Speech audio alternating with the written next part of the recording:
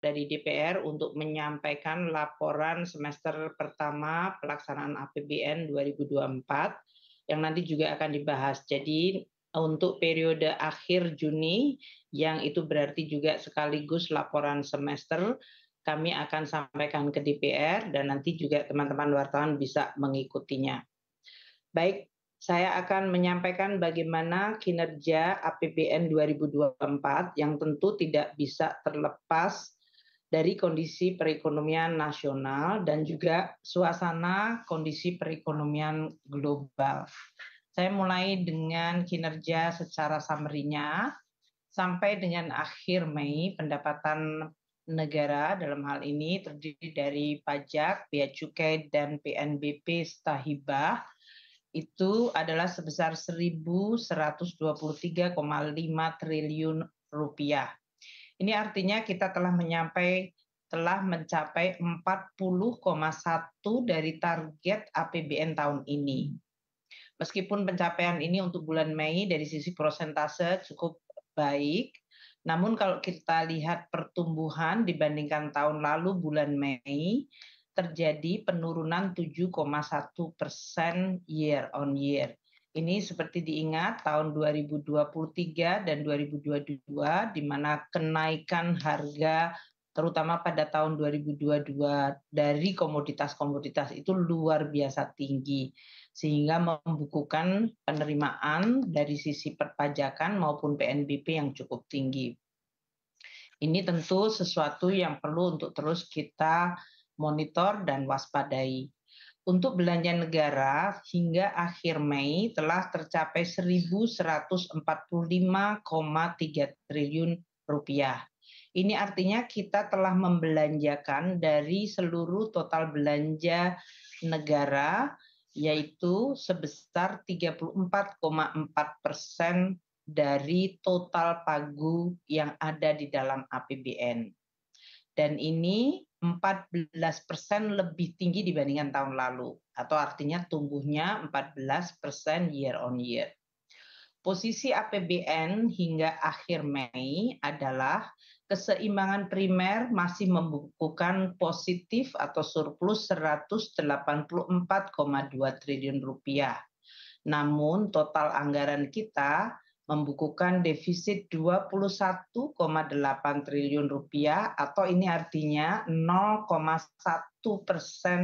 dari produk domestik bruto karena defisit biasanya juga diukur dari sisi persentase terhadap PDB.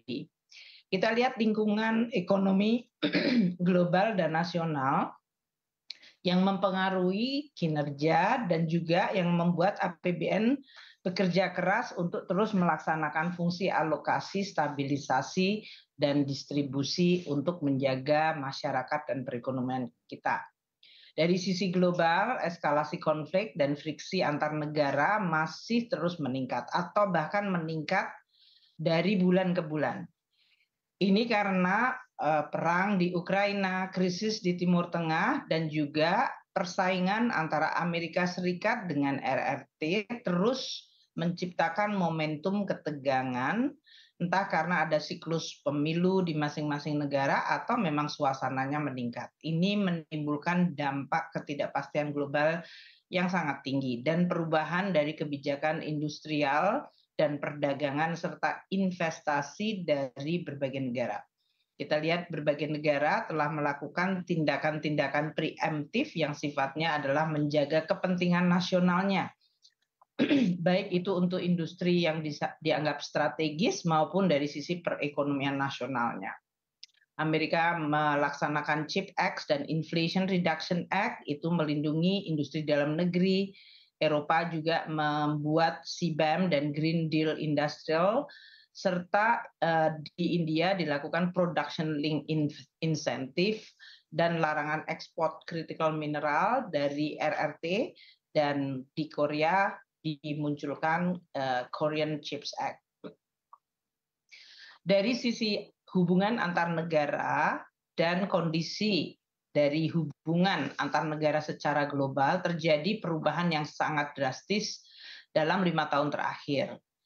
peningkatan jumlah sanksi dan restriksi dagang mengalami eskalasi seiring dengan tadi munculnya ketegangan dan persaingan antar negara yang makin sengit. Kalau tahun 2019 jumlah sanksi serta restriksi dagang adalah sebesar 982 measure atau langkah, sekarang ini mencapai 3.000 measure. Dan ini yang kemudian menimbulkan makin banyak ketegangan dan itu melemahkan kondisi perdagangan dan investasi global. Di dalam situasi ini peranan dari institusi-institusi global menjadi makin lemah karena setiap negara cenderung melakukan tindakan secara sepihak unilateral atau kalau ada dispute dilakukan settlement dan perundingan secara bilateral. Kita lihat komoditas yang masih dalam hal ini diwarnai kondisi global yang tadi telah saya sampaikan. Meskipun kita lihat level dari banyak komoditas kita sudah mengalami adjustment atau penyesuaian dibandingkan tahun 2022 dan 2023. Kondisi 2024 adalah cenderung stabil tapi pada level yang relatif rendah dibandingkan 2 tahun yang lalu.